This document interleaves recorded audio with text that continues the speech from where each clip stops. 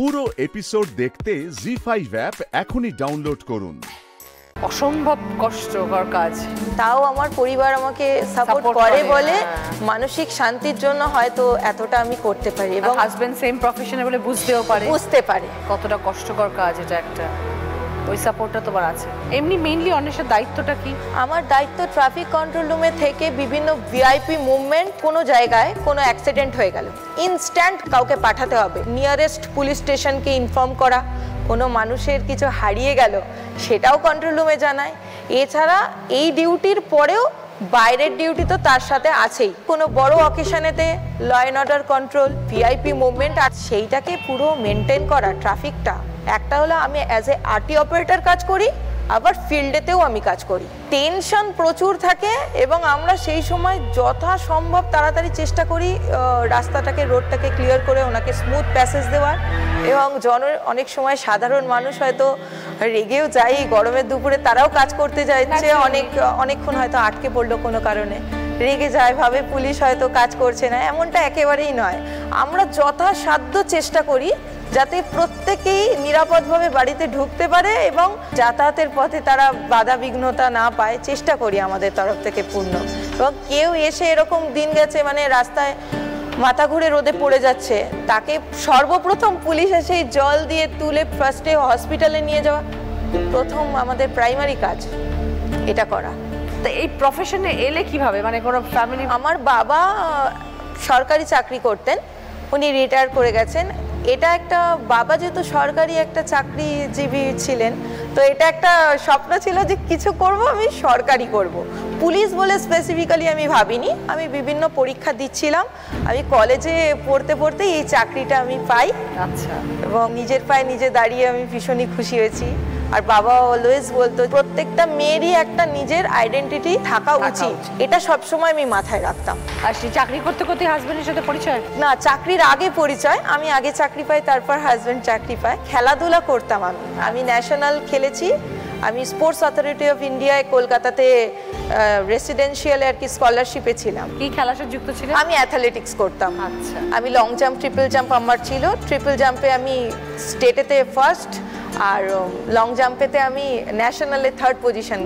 ওকে, খুব ভালো লাগলো অনেশা, ভালো থেকো, গরমে সুস্থ থেকো। Thank you. প্রত্যেক দিন 100-150 মানুষের রান্না? হ্যাঁ। আচ্ছা, এটা কোনো হোম ডেলিভারির সাথে আপনি যুক্ত আছেন? হোম ডেলিভারির রান্নাটা করে দিই। আচ্ছা। অনেক ছোটবেলায় আমার বিয়ে হয়, আমার হাজবেন্ডটা এই ছিল না, ভালো ছিল না, নেশাগ্রস্ত ছিল, মারধর করতো, এরকম এটি করতো।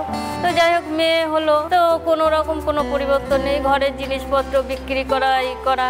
তখন আমি দেখলাম মেয়ে যে হয়ে গেছে, মেয়েটাকে তো আমার মানুষ করতেই হবে। তখন এই লোকের বাড়ি রান্না করতাম, ওই একবারই করতে করতে জানাশোনা হয়ে গেল, তাদেরও রান্না খেয়ে ভালো লাগলো, করে করে ওখানে থেকেই যুদ্ধ করেই, বরের সাথে যুদ্ধ করেই এইটা চালিয়ে যাচ্ছি। তারপর এমন অত্যাচার করা শুরু করে দিল, হাত কেটে গেছি, ভাতের থালা ফেলে দিয়েছে, ভাতের মধ্যে ছাই দিয়ে দিয়েছে। তো ওই সব দেখে মেয়ে কয় আমি আর থাকবো না মা, তুমি চলো। আমি মেয়ের মুখের দিক তাকিয়ে বাড়ি ছাড়িনি। মেয়ে যেদিন নিজের মুখে আমাকে বললো, তাহলে তুই যখন থাকবি না আমার থেকে কি হবে, তাহলে চল।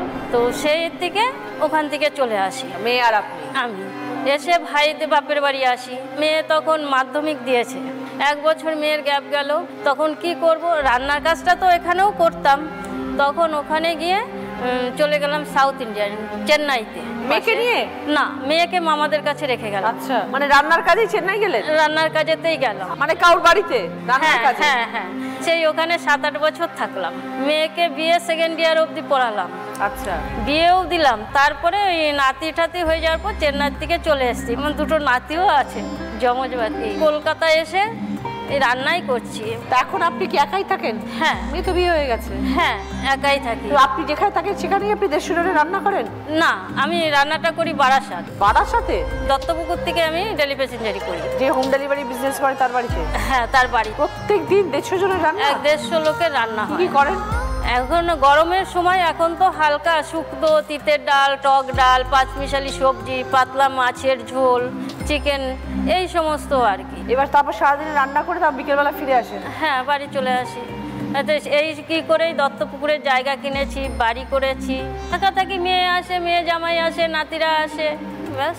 অনেক কষ্ট করে আজ এই জায়গায় এসেছেন, এখনো করছেন প্রতিনিয়ত কষ্ট করে, কিন্তু কষ্ট করছেন আজ কত মানুষের আপনার কষ্ট করে হাতের রান্না সবাই খাচ্ছে। তো এটাই আমার কাছে আনন্দ।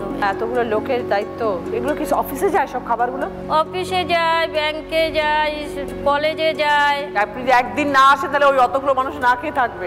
এটাই আমি চাই, এটাই আর কি, সবাইকে আনন্দ দিই। যে অফিসে যারা বসে খায়, যে খাবারটা তারা পাচ্ছে, তারা জানে না যে মানুষটা রান্না করছে তার পেছনে কত কষ্ট রয়েছে। এই গরমের মধ্যে একা হাতে চুলার সামনে দাঁড়িয়ে থাকা, তো হয়ে যেতে হয়। গরম আঁচটাও তো বেরোচ্ছে। জলটা একটু বেশি করে খাবেন। হ্যাঁ, জলটা। ভালো থাকবেন সুনীতি। রিম্পা, চাষ করো নিজেদের জমি? 4-5 বিঘে নিজস্ব আছে, কিছুটা ভাগেরও আছে। জমি চাষ করার পর সবজিগুলো কি করো, বিক্রি করো? হ্যাঁ, বাতকুল্লা আড়ত আছে, সেখানে দিয়ে পাঠানো হয়। তোমাদের প্রত্যেক দিনের রোজগার? প্রত্যেক দিন। সবজিগুলো গরমে এমনিতেই বড় হয়ে যায়, যখন অতিরিক্ত শীত পড়ে তখন সবজি ছোট থাকে। আচ্ছা, মানে 2 দিন সময় লাগে বাড়তে। যেমন ভেন্ডি যদি প্রতিদিন না তোলা হয়, সেই ভেন্ডি মানে দ্বিতীয় দিন তোলা যাবে না যদি একদিন না তুলি, হলুদ হয়ে যায়। হ্যাঁ, একদম পচে যাওয়া মতন হয়ে যায়। ধরো তুলে ফেললে ভিন্ডিটা তো খালি হয়ে গেল, তুলে হ্যাঁ। দিলে তো পরের দিন তো আর ভিন্ডি পাবে না। একটা গাছে তো অনেক পরপর করি থেকেই থাকে, একটা গাছে তো একটাই হয় না।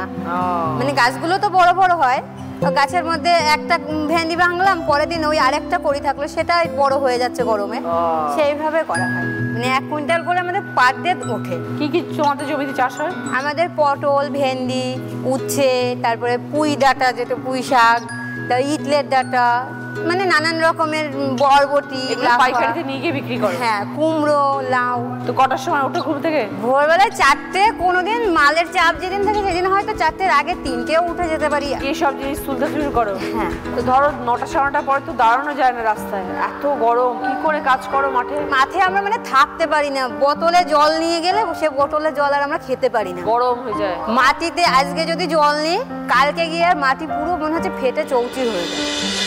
কিন্তু আমাদের যখন প্রথম দিকে যখন সবজিগুলো ওঠে, তখন আমরা যেই পরিমাণে দামটা পাই, পরে আর সেই দামটা আমরা পাই না। এই জন্যই তো চাষি সবসময় মার খায়। সেটা কি বরাবরই এরকম, ইদানিং কালে এরকম? বরাবরই এরকমই চলছে। এই যে সবজির ফলন হয়, নিজেদের বাড়ির জন্য নিশ্চয়ই রেখে দাও? হ্যাঁ হ্যাঁ, এইটা আমাদের সুবিধা হয়। বাগানের সবজি খাচ্ছি, বাগানের সবজি, পেঁয়াজ রসুন থেকে দিদি আমাদের কোনো কিছু কিনতে হয় না। ঘরের চাল, ঘরের ধান, ঘরের গম, মানে সমস্ত কিছু ঘরেই হয়। এই জিনিসটা আমাদের চাষিরা এই জন্য মানে তাও বেঁচে থাকতে পারছে, যে আমাদের কিনে খেতে হচ্ছে না কিছু। বাজারে যা দাম, ওই পরিমাণে প্রচন্ড পরিমাণে যদি কিনে খেতে হতো, তাহলে আমাদের মানে আমরা আর হয়তো থাকতামই না। এবার দিদি আমরা যদি না করি তাহলে তো মানে কেউ খেতে পারবে না। আমরা খেতে পারবো না, একদমই তাই। আজকে তোমার সাথে আমি কথা বলছি, তোমার মতো কত হাজার হাজার মহিলারা, পুরুষরা কাজগুলো করছে না? হ্যাঁ, আমরা ভেন্ডি এখন 3-4 টাকা কেজিতে বিক্রি করছি। কেজি? হ্যাঁ। আর আমরা 40 টাকায় কিনছি। আমাদের 3 টাকায় বিক্রি। প্রচুর কষ্ট করছো রিম্পা, একদিন নিশ্চয়ই ঠাকুর তোমাদের দিকে তাকাবেন। অবশ্যই দিদি, তুমি আশীর্বাদ করো, আমি যেন আমার বাচ্চাটাকে একটু ভালো করে মানুষ করতে পারি। একদম, নিশ্চয়ই নিশ্চয়ই পারবে। তুমি এত পরিশ্রম করছো, তোমার ছেলে মেয়ে নিশ্চয়ই মানুষ হবে। ভালো থেকো।